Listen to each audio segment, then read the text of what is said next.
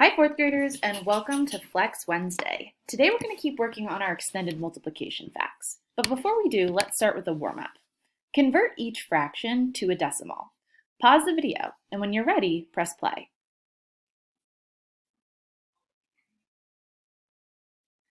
All right, welcome back. So let's go over our work. 90 hundredths. If I'm writing that as a decimal, I know it would be 0.9 or 0.90. Nice job. 9 tenths. That's actually the same thing. 9 hundredths, though, I have to make sure that that 9's in the hundredths place. 52 hundredths, I'd write as 0.52. And last but not least, 1/2.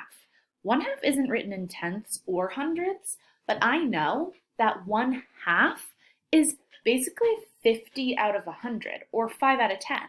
So I'd write it like this. Nice work. So we learned about our extended multiplication facts yesterday, and we worked on them through these triangle extended facts. Let's take a look at this problem. I have a 6, I have a 3, and I have a 2. The original fact I can see here is 2 times 3 equals 6. But now if I was extending that fact by tens, I'd extend the 2 to 20 times 3, which would give me 60. And if I was doing them with the hundredths, I would do 200 times 3, which equals 600. Notice how the only thing that's changed is that the 0 has been added to the 2 to make it a 20, and a 0 has been added to the 6 to make it 60. This is how we work on our extended multiplication facts.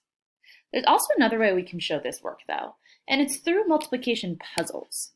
Take a look at this. This puzzle can show me the same extended multiplication facts, but in a different way. This star, remember, shows you how to multiply.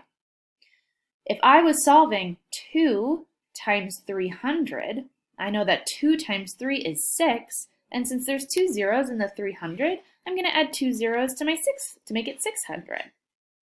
3 times 300, I can put here for 900. 2 times 2,000, 4,000, and 3 times 2,000 would give me 6,000. Each block matches when you line up which column and which row you're multiplying by. So let's practice this. You're going to need to grab your whiteboards. But when you do, I want you to pause the video and draw this multiplication puzzle. You'll see it's asking you to multiply because we have our little multiplication sign. But you're going to solve in this block what's 8 times 70, what's 9 times 70 to go here, what's 8 times 400 to go here, and what's 9 times 400 to go in this last block. Pause the video, and when you're ready, press play.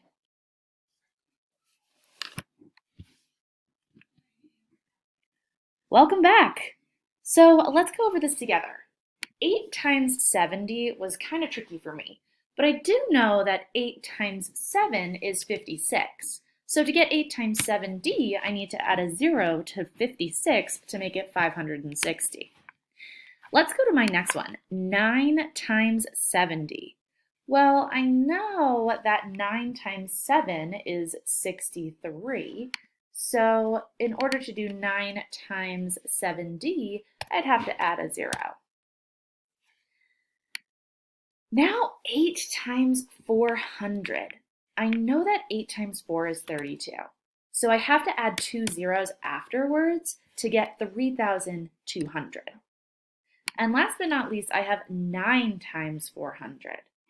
9 times 4 we know is 36. So we're going to follow that same rule of adding the 2 zeros back for 3,600.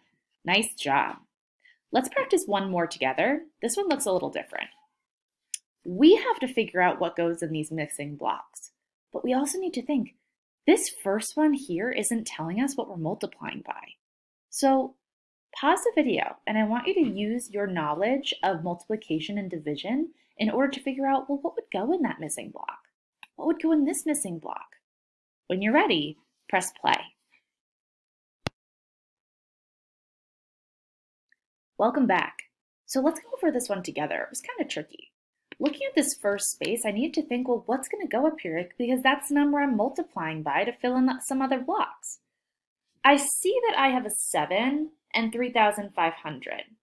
So I need to think 7 times what gets me 3,500?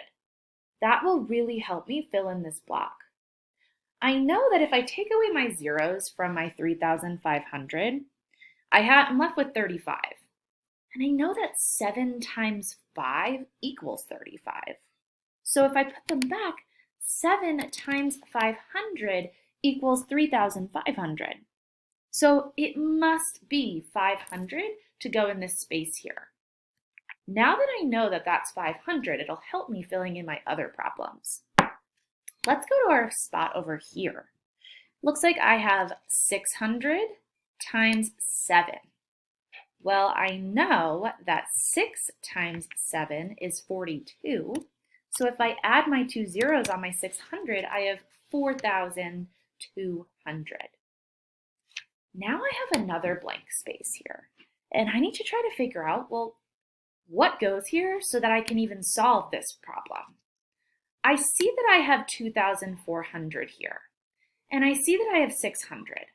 So to figure this blank spot out, I need to think 600 times what would get me 2,400? I know that 6 times 4 equals 24, so I know that I must have to have it be 4. 600 times 4 gets me 2,400. Okay, so now that I know I have a 4 here, I can fill in this last spot. Pause the video, and I want you to multiply. What's 4 times 500?